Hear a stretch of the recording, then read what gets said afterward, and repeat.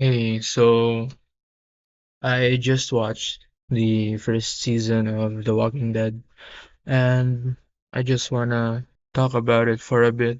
So this isn't gonna be like those reviews that are like recapping most of the scenes. I was kind of thinking about it, but it just took too long and I don't really wanna do all that. So episode 1 is Days Gone By. And it's a pretty solid opening. We get Rick waking up from his coma and finding this family right after he saw that his house was empty now. And he went up and sucked up, gave some supplies to these guys, and it's also revealed that his family is actually alive. And not just for us, Rick knows it too, since he pieced together that since the photographs are gone, then it had to be done. Random looters wouldn't just take photos for no reason. And it's pretty cool. So that police work has some sort of impact on him. It's revealed that his family is alive in a camp somewhere with Shane near Atlanta. And obviously this guy, Morgan, I think, didn't really follow Rick because obviously as a kid and his wife is still a zombie, you know. And I think it's kind of cool that he doesn't immediately pull the trigger. I mean, yeah, obviously, but like it really it was a struggle for him, and I think that was pretty good. Aside from that, he went to Atlanta and then he got stopped. But what was really fucked up was the gunshot in the tag. Like damn. And aside from that, I kinda really like the presentation of the world after everything was fucked. That hospital looked really good. The outside looked really good too. The city of Atlanta obviously is fucked up. Well, the horse getting eaten was fucked up too. But I really like it in zombie media or just apocalypse media where the cities or just countryside or just the world itself is shown to be just all fucked up. Anyway, that's it for the first episode and probably a bit long because it's the start and I kind of want to talk about how Rick got in the place he is. But from here on, I'm just gonna talk about the bigger moments for from each episode. So let's do that. So the next episode is Guts, and it's pretty much the group escaping from Atlanta. And I think the big moment here would be the obviously the title name Guts, which comes from how they escape. Well, the start of their escape, since Rick and Glenn were the guys that had to sneak in. And I think I had like a it's not that I hated it, it's that I just feel like it was a bit like iffy on like risking their lives for the assumption that they can tell people and well, walkers, zombies, walkers, whatever, that the walkers can tell, uh, can differentiate other walkers from normal people by smell. Like, I think it was a bit like it's a normal thing to assume. I wouldn't say assume, but like, how do I say this? Um, they they kind of just went with it. Like they assumed, okay, they assumed that the smell of a walker and the sense of smell of a walker and the sense of smell of a person, a living person, were the same, and that's really what I was complaining about. Like, okay, yeah, we can distract them with noise. We know that everybody knows that, but we're really just assuming that they have the same sense of smell as us. Like, I know it's been like a few months By now, like at least two. That's what I know.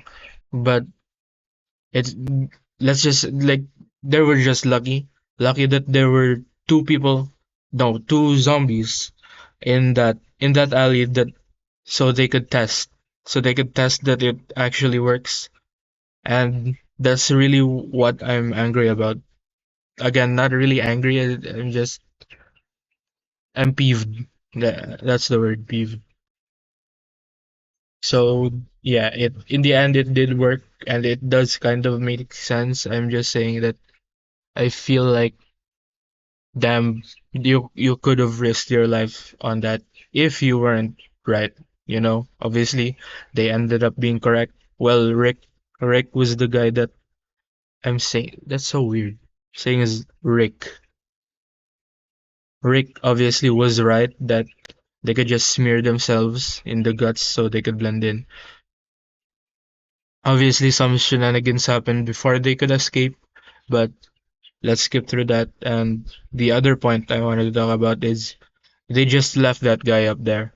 Merle, yeah, Merle is the guy that they left up there because he was, again, it was stated in the, not even stated, like it was really legit shown that he was a danger to the group and Rick stepped in even though he was an outsider. And that's really kind of what I got from that moment is that Rick, obviously, since it's been like a few days for him, like two, no, one, one at Morgan, and then he didn't really spend the night in the tank. It's 2 days. It's been 2 days for him, right? So 2 or 3 days, kind of like that. So it's been that many days. So it's not like he hasn't. Okay, obviously he was like disoriented as he revealed at the end of this episode, but he like the thing I wanna really the thing that I got from this episode or that scene was that he still upholds his values even though everything's been fucked and it's been a long time since he was gone. So yeah. And obviously the episode ends then no. At the end of the episode the team from Atlanta finally got to the base camp and reunited. Specifically, Rick reunited with his family, his wife and kid, celebrated, and they ended up in the campfire. So episode 3 is called Tell It to the Frogs, and episode 4, Vatos. There's not much to like talk about, or at least not many major things happening. So I kinda just melded them together. Like even in my notes, they were kinda just fucked up.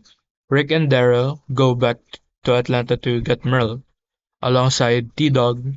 That's his name, that's the guy. T-Dog, he joins in because he feels guilty, while Glenn is more or less there because Rick trusts him. And obviously, it's just the three of them. Then we cut to Shane playing with Carl. And it's mostly about Shane trying to like hold on to his relationships. Like, obviously, since Shane's here now, he's like, okay, what do I have now? Like I can get that, but the problem here is like you were fucking your best friend's wife, bro. And like I get it. It's revealed later that like okay, I won't say it right now, but Shane was the one that said that Rick was dead, right? And so Shane pretty much was moving around doing what he would do since Rick isn't here anymore, or at least that's what he thought he was doing, which is fucked. It's fucked now because obviously Rick isn't dead, and now they're just like ignoring the situation. When obviously the answer here is just talk about it, right? Like they're doing this whole thing and they could just talk about it. What's like there are bigger problems in the world, yeah, obviously, but like just keep it clean, like talk about it. Damn. Then we have like the whole confrontation with the Mexican group, Mexican guys, that they were planning to just go in there guns blazing. It was so dumb because they went inside the fucking garage thing. And I have a note here that just says shotguns because I don't know why, but people really like shotguns and I get it, but like in a zombie apocalypse, I don't know, bro. I mean, I get the spread thing, right? Like, yeah, it attacks in a whole area, but like, okay, I won't like put a whole thing there, but let it be known that I saw that. Like all three guys shows up with a shotgun. Like no other guns somehow. So they have that whole thing, and it's revealed that they have like an elderly home, right? Which they were apparently protecting them.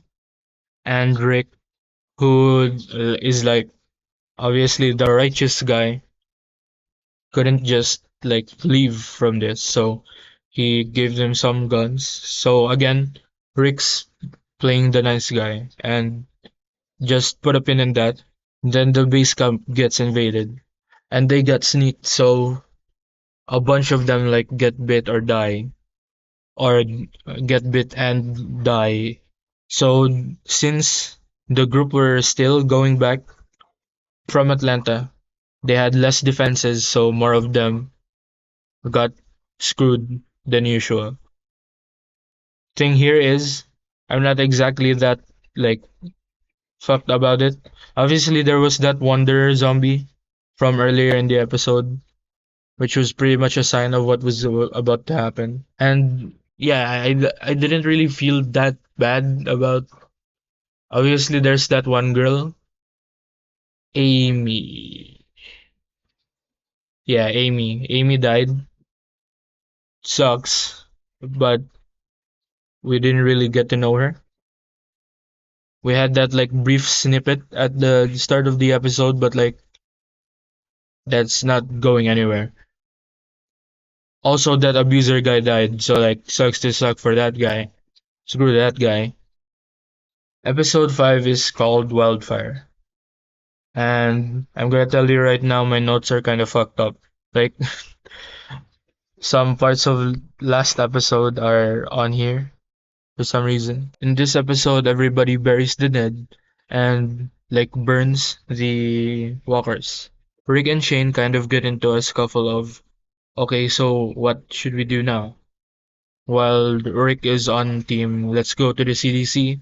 Shane is kind of, like most people, actually, is a bit on the fence about it, which I get it, you know. And Rick is kind of the hopeful voice in the team. It's also revealed that Jim was actually bit. And the crazy part is that he tried to keep it secret. Like when somebody noticed, he was like, "Hey, let's keep it a secret." And then she like screamed it out, "Hey, he's bit, he's fucking bit, guys!" Which was super fucking funny to me. I don't know. It's definitely because of the like the COVID-19 hindsight, where a lot of people actually, at least like these days or at least last year, are getting more and more comfortable about saying, "Oh, I actually did have COVID-19 and I was traveling or I was going outside or I was not doing the things I should have been doing." So yeah, it's kind of cool that somebody just easily called him out on it. In the end, everybody decides that okay, let's just go to the CDC. Maybe they can help Jim. Unfortunately, Jim fucking just, well, he didn't die, like not like that, but he was really close to it. And they basically just left him on the side of the road. Obviously because of his saying to just leave him, which actually throughout this, like, even if it was just a small segment segment, I was actually kind of liking him. which is unfortunate because he's fucking dying.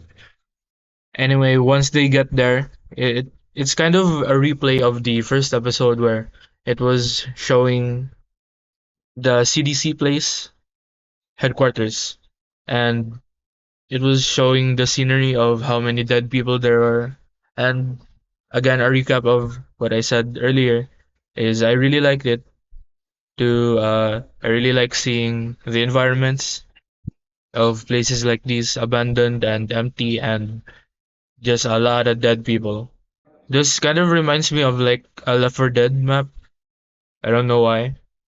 Actually, I do know why, but there's dead bodies. It's empty. You know the drill. A highlight of the end of this episode was kind of Rick was just freaking out. Well, he wasn't freaking out, but like he was begging. Like in my notes, I wrote down, "You're killing us," which I think another big thing about Rick is that he still believes in people, and it was true also in like the Vatos episode where he was very easily convinced that when the old grandmother came out, he lowered his gun immediately. Well, not immediately, but you get it. He still has hope for people. So when he saw that security camera move, he was begging, saying, "Hey, you're killing us," appealing to like, "Hey, we're just people, and we want to live too." So the last episode for this season is TS-19, which we soon are shown that it means test subject 19, which is a cool coincidence again. There's the obvious COVID-19 parallel. It's not exact, but the 19 at the end, pretty cool coincidence. But in this episode, we kind of saw that Shane really did like hear Rick's vitals, or at least it's what he didn't hear is what's important. So Rick was dead. Like he he died for like even if it was like a few minutes or just that few seconds where Shane was checking for vitals. So it's not like Shane didn't tell the truth. He did say the truth. He Rick was dead even for a while. So have think of that what you will. I kind of think that it was pretty cool that he was there when everything broke down. Even barricading the door was pretty cool. Cool things this episode is the CDC guy, the doctor, that whole brain scan, like the brain scan of before and after the infection. You're shown the before, which is the normal synapses, and the after section where it kind of revives the body. It highlights that the only the spinal cord or brainstem, I think, is what they said, was revived or something. But the cool thing I saw was that the bright lights meant that that's the synapse. No, not the synapses itself, but like the electricity going from neuron to neuron, right? I think is the term neuron. But it means that there's still those like electricity at least near their brains, which I think the brainstem, electricity in the brainstem, which I think is pretty cool visual. It's kind of sad that the doctor reveals that the French were the last people to stand in the labs, while the reason why he's the only one there is because of a promise he made, and everyone else kind of blew their brains out. There was also that fossil fuels, the fossil fuels call out, which is crazy. And self destruction. The funny thing about the self destruction thing is that since the whole thing explodes, right? And it did at the end of the episode. It did explode. It makes this. It implies that every like CDC headed or like CDC related place or headquarters is set to explode when it runs out of energy. And that's fucked. I think that's crazy. Okay, he did say that, oh, the CDC has helped to prevent the spread of influenza and Ebola and blah blah blah blah blah.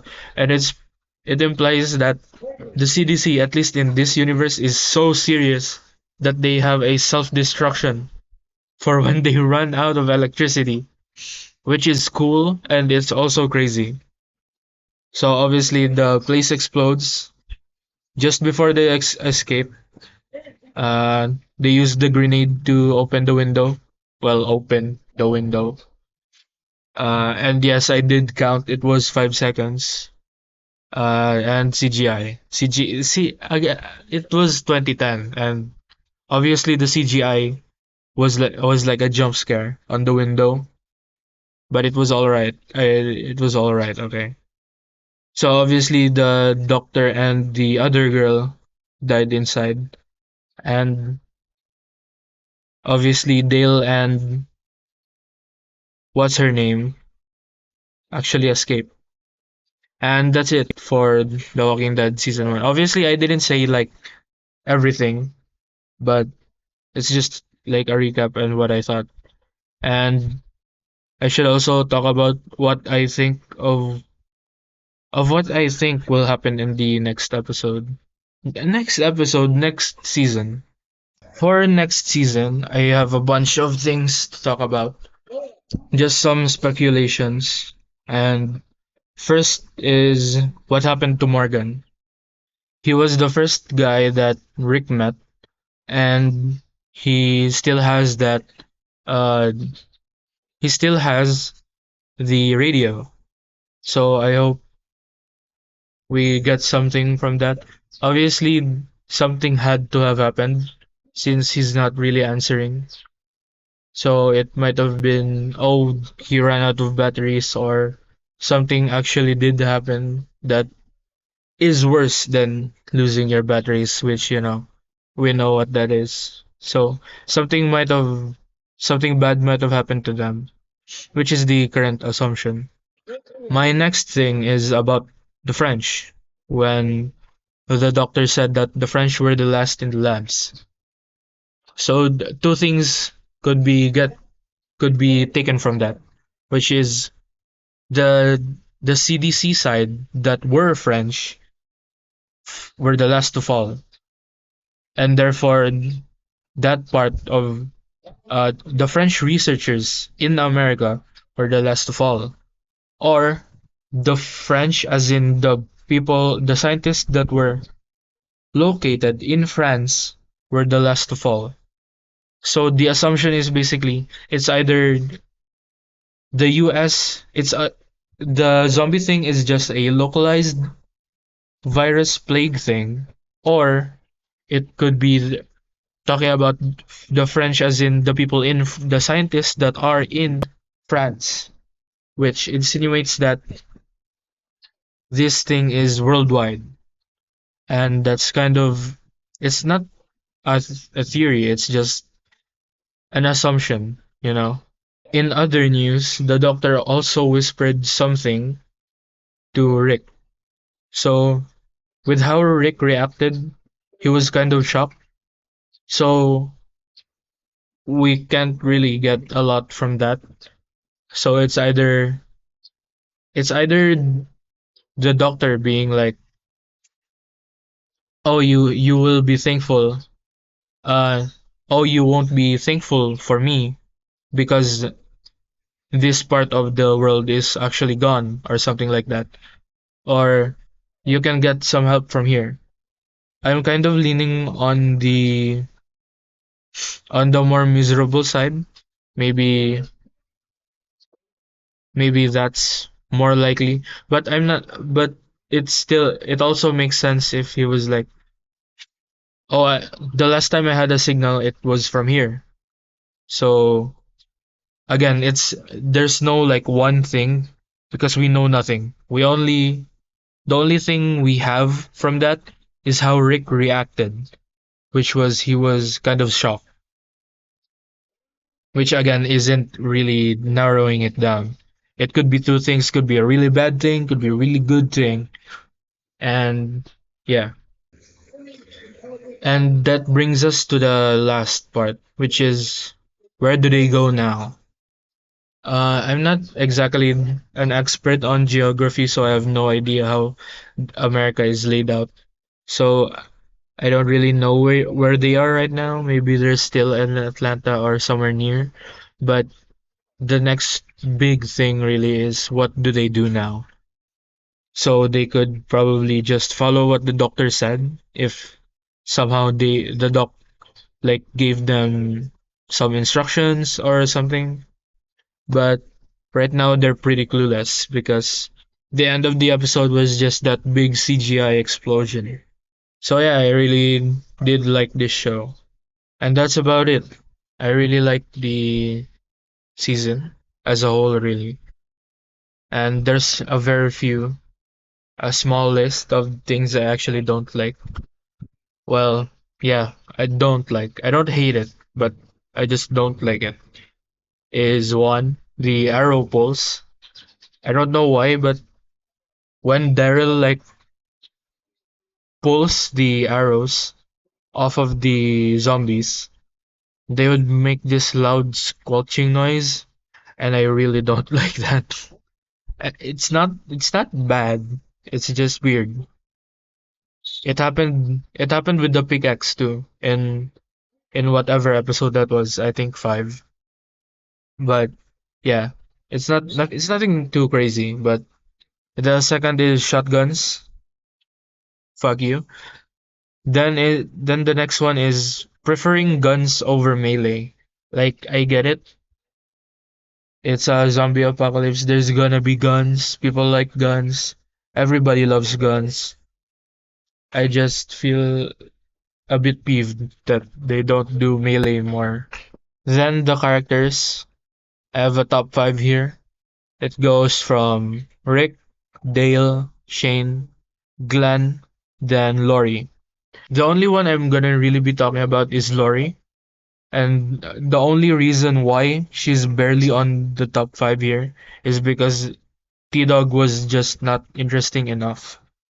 T Dog's whole thing was with Merle. And Merle is still alive. Maybe next season we can have that, which I'm gonna say in the next section. But the reason why Lori is so low is because she's basically like she's not much of a character.